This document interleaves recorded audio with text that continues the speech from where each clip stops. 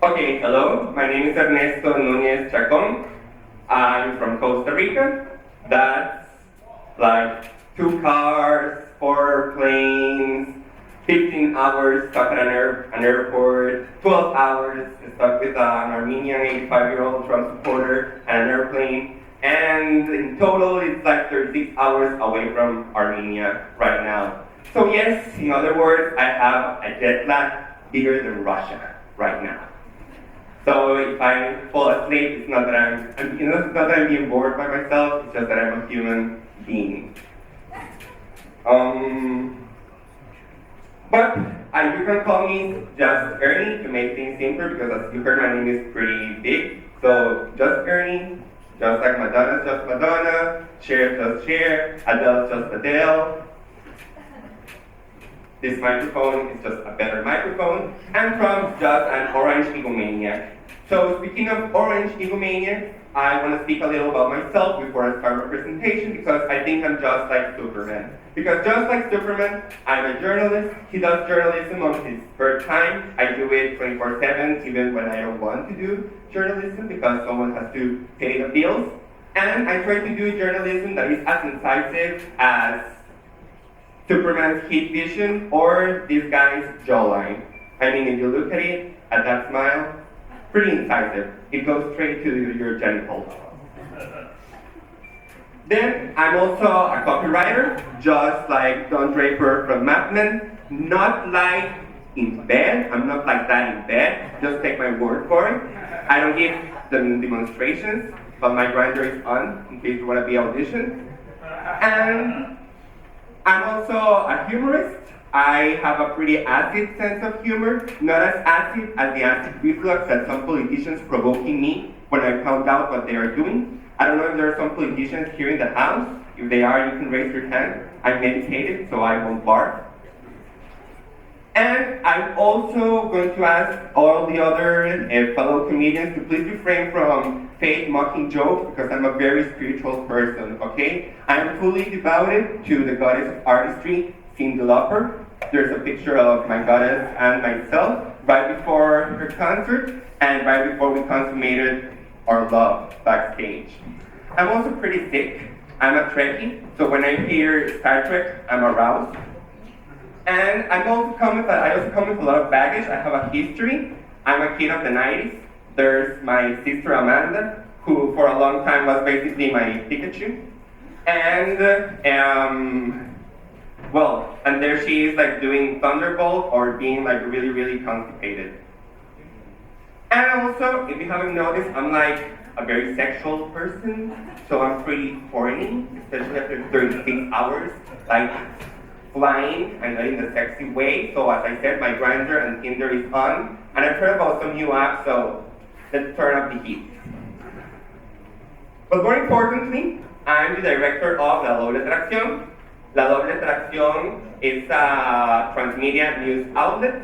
By transmedia, I mean that we produce content for many platforms that sometimes are active, sometimes they are not active. All platforms do not cater to the same audience, they cater to different niches. Right now we have 3 active platforms: radio, we have a BTL, a platform, which is a series of events, and we also have a hyper-local newsroom network.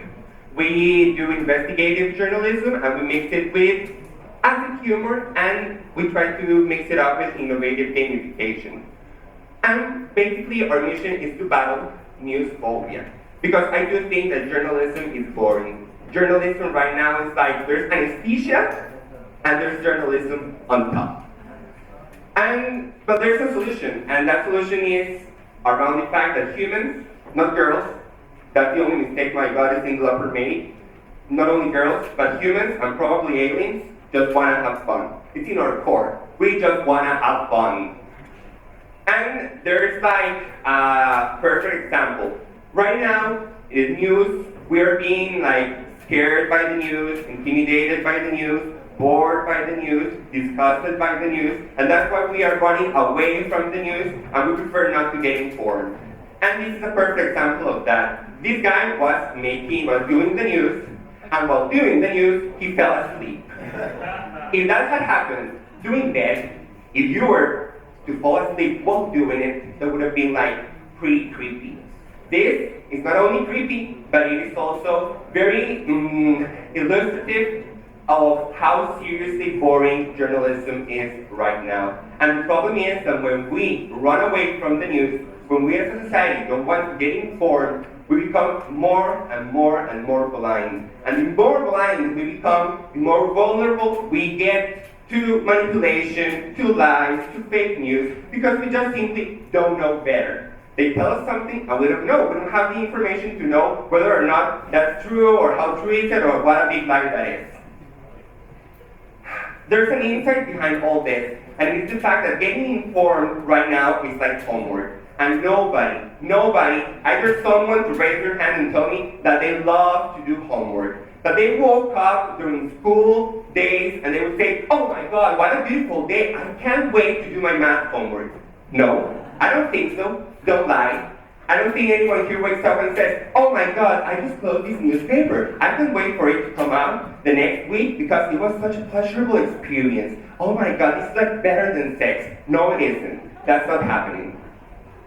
Our relationship with the news is basically this right now.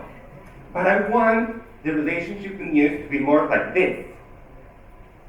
I want us all to be like pushing the cat, like loving homework. You know, like it is like playing with a pencil like really hard. I want that to be our relationship with the news. And the secret to that, I think, is a change of the paradigm of how we do journalism. And that has to do with user-centered design.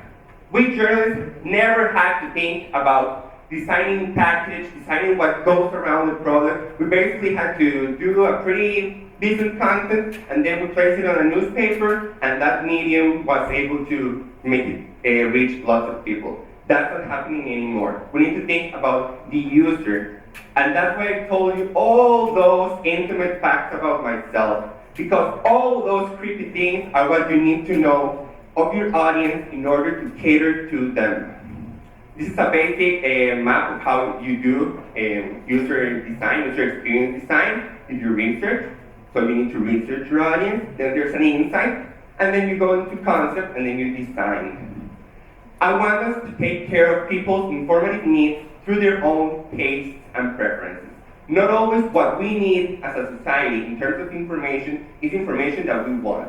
I mean, I don't think you ask people, hey, do you want to, I don't know, talk about the sanitary crisis in Haiti? And they're going to be like, yeah, I would love to hear about shit in Haiti. No, they won't. But it is necessary because international information is a huge void right now in an informative need. But we can do that by speaking and using the language based on people's tastes and preferences. So I brought some examples of what we have been doing at La Doble Traccion, and we're going to dissect them. First, we have a game show. We had a TV show during the presidential elections last year in Costa Rica, and this is an example of one of our game segments. It is called, well, Disparados. In English, I would translate that to water gun. So people would get quizzed on an inventory that we did on the platform's proposals of 13 candidates. We had 13 presidential candidates, so they would quiz each other, and if they would lose the question, their partner would get shot with water, and if they didn't, well, then they would get points. Let's dissect this. There's always a purpose. Our purpose there was to give context. All our debate or game segments were to give contextual information because usually during presidential elections we become very reactive. We talk about, let's solve the deficit, but we don't talk about how big the deficit is, how did we get to that big deficit, and what the impact of the deficit is, which parties were responsible, and all that. There is an insight, which is basically that we cheat ourselves because we think that it is true, but we already think it's true. And then we used a concept throughout the entire presidential election, which was play. Don't be played. Don't be played during these elections. Play. And we look at tastes and preferences from different parts of the audience. The quiz epidemic. Right now, everyone's taking quizzes about everything. Water guns. We all love water guns. And then the use of filters. As you can see, there was like a splash of animated thing. This is what we call trivialization. Trivialization that looks exactly like trivializing, which is pretty bad, but it's actually the complete opposite because it's using trivia dynamics to enhance parts of the information.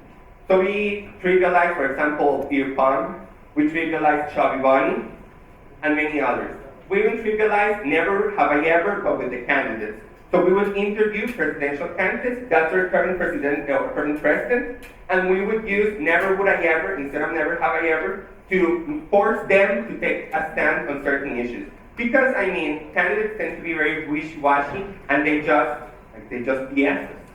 So we use that dynamic, once again, play them, we play, to force them to take a stand and to equalize them. How do we equalize them? Well, first of all, involving them in a dynamic that is very, from young people, and also using certain aspects like Ivan Couch, which is the one that Freud used to use to examine the head of these people.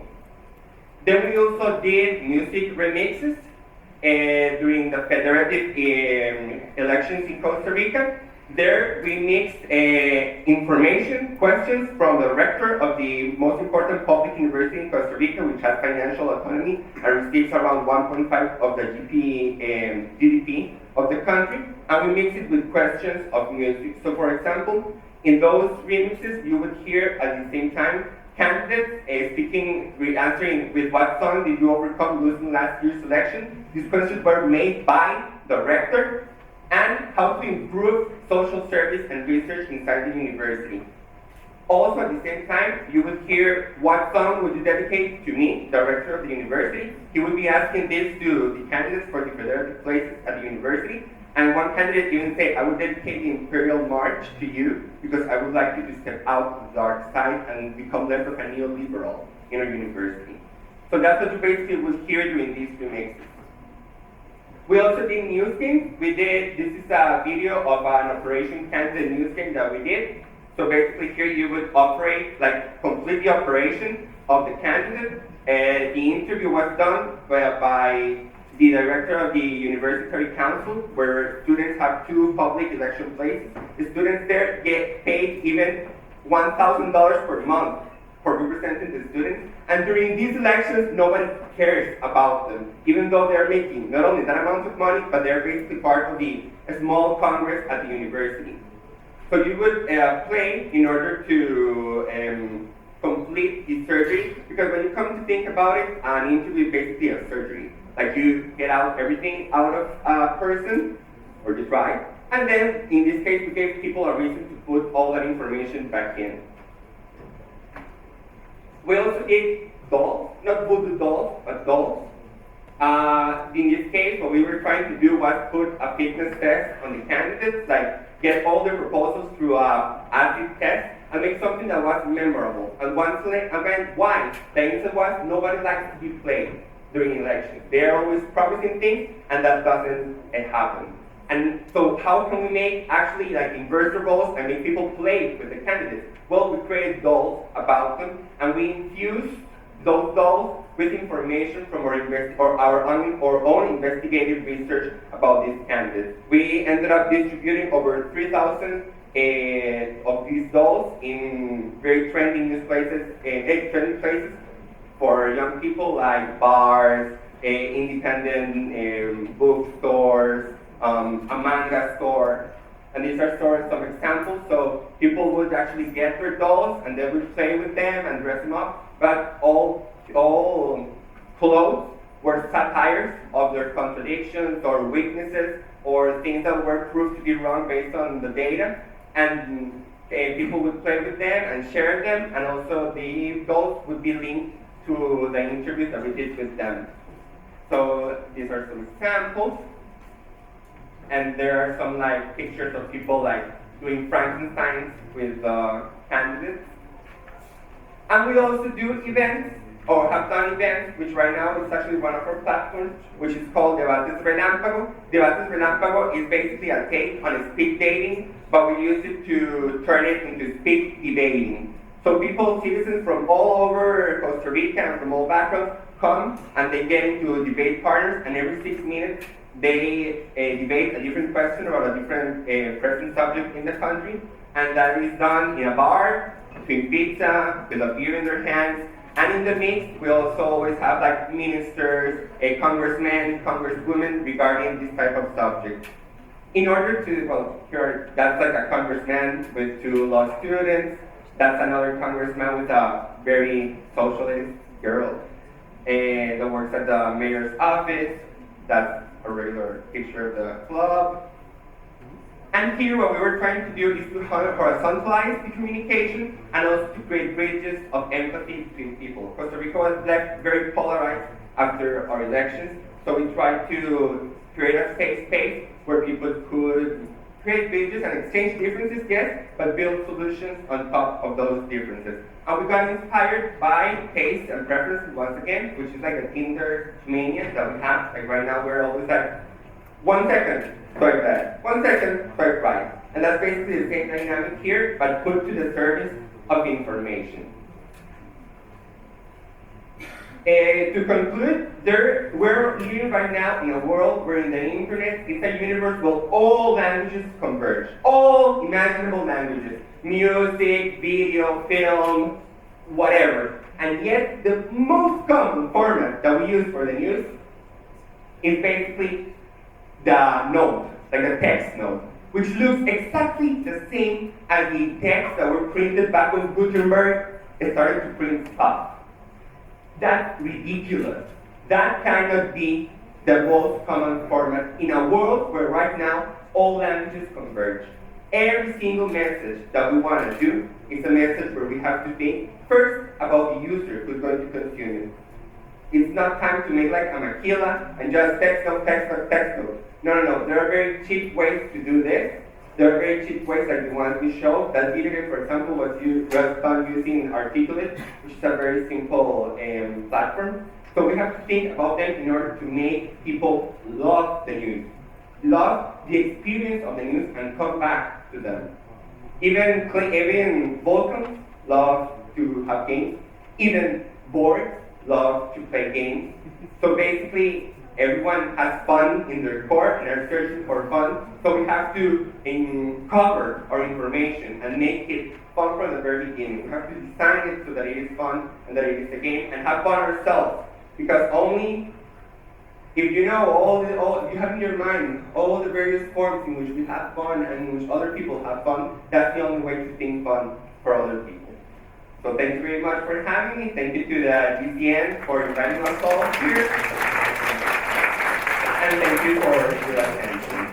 And I have some presidential candidate goals in case you want to take some as a souvenir of our current president. Thank you, Ernesto.